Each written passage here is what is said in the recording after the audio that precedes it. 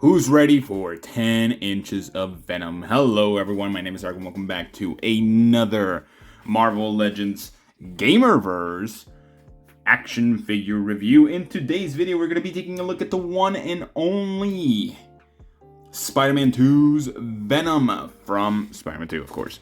Now, this guy is an absolute monster of a behemoth. It is insane. And I'm excited for that. So, yeah, there's nothing much else to talk about besides this guy being absolutely massive. So without further ado, let's take this guy out and see how he looks.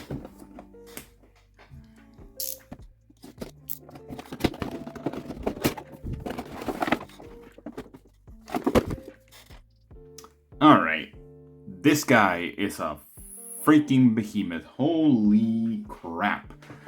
My goodness, this guy stands tall at a whopping 10.6 inches. That is astronomically tall. Here, in comparison, here is Beast Deity's Broly, a pretty big figure.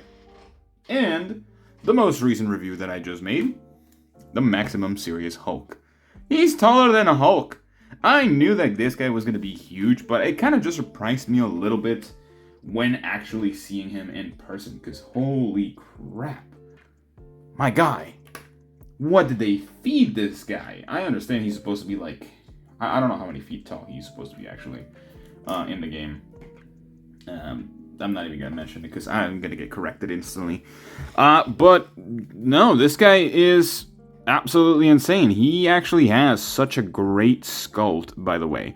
Something I want to point out is that he looks fantastic. He looks beautiful. This feels like this is literally a regular 1/6 scale in terms of like Hot Toys. I'm pretty sure this is as tall as one of the Hot Toys that I have. And that's saying something because this guy's Hot Toys is like 3 times the size, I think, which is insane to think about. So yeah. Now, aesthetic-wise, he looks fantastic. He has that little weird alien texture, like really wrinkly alien texture throughout the entire body, including the pegs as well, which is very interesting that they did that. I like it. It's definitely good, and it doesn't really cut away from the aesthetic of the figure. And the only real paint there is the face. Like, the face looks fantastic. I love that. There is some shading on the teeth every now and then, so that you can actually differentiate between all of them. It's not just a streak of color.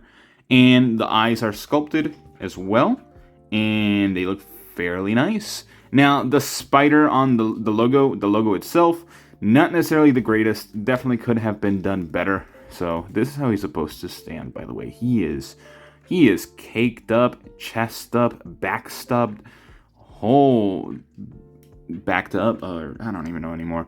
This guy is insane. This guy is too big for my studio or table, really, or my recording setup. It's insane. But yeah. Yeah, it's absolutely insane. Now, articulation. This guy does not lack in articulation, surprisingly, for how big he is. And realistically, he should be able to have good enough articulation. So for the head, we do have a double ball peg on the head, which is really good. This is pretty much the exact same as the Maximum Legends Hulk. It's just actually better because it sits up higher. So you will be able to get slightly better range. Going downward, not so much because he doesn't necessarily have much of a neck actually. But going downward, like, that's pretty much as far as you're going to get it. It looks fine from the front, but you can have him higher, which just looks weird. Now looking up, you can look up slightly high. Not too much, and then just looking side to side. Pivoting is not really going to be an option because he has a massive jaw. He is the Crimson Chin right here. So yeah, I think the head sculpt itself kind of hinders some of the articulation, but it's fine, I guess. We do have another head sculpt to look at in just a minute. But for the arms, he does get better than the T-pose, which is good. One arm is... No, they're both the same. Never mind. I thought it was one better than the other. Rotate 360 degrees. Bicep swivel. Double jointed elbow. That looks kind of ugly. It breaks the sculpt a lot. So that's the only issue here on the sculpt right here. We do have a wrist hinge and a swivel. For the butterfly joints, they're not good. You cannot even use them properly. Like, that's as far as you're gonna get. That's crazy. Now, going backwards, you can get a lot of range from it. Look at that. Beautiful. Beautiful range. But yeah, going forward, they definitely could have cut the sculpt a little bit and made it better. They could have done the exact same thing as they did here, but it's Hasbro. They don't like doing that. And he has a pretty big chest compared to other figures as well. So, might have been a little bit harder to hide, but it's doable. It's doable. Let me show you. Let me show you. Here is the Namegoku. They cut up his chest so they can actually have a butterfly joint, and they made the butterfly joint match the chest. They could have done that for this guy, but Hasbro doesn't like to do that. So, for the diaphragm, going forward this far, which is pretty good. Careful with scratching the paint on here. I've seen that some of the paint has not been like coated, so it's going to be able to scratch pretty easily. Going backwards, it's okay, nothing perfect. With the ab crunch, actually pretty decent. He ab crunches pretty well. Going backwards, pretty good as well. No swivel besides the diaphragm as well, just letting you know. Pivoting side to side, immaculate, beautiful. The legs, pretty decent splits. I wouldn't say perfect. It's about a little bit better than 9 degrees in total. Kicking forward, pretty decent. Not okay. It's a 90-degree angle, a little bit higher than that. Thigh swivel. Double jointed knee, which actually doesn't look terrible. Looks pretty good. We have a calf swivel, surprisingly, and a foot pivot side to side. Forward like this, and backwards like this with a great toe hinge. So overall, articulation, it's pretty good for a pretty big figure. It's about as similar as the Maximum Hulk, which is kind of funny.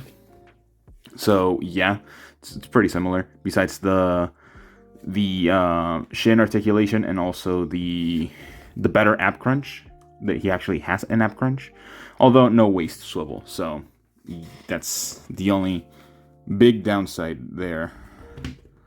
So yeah. Now accessories. Let's move on to those real quick because it's actually I can just show them here. So accessories.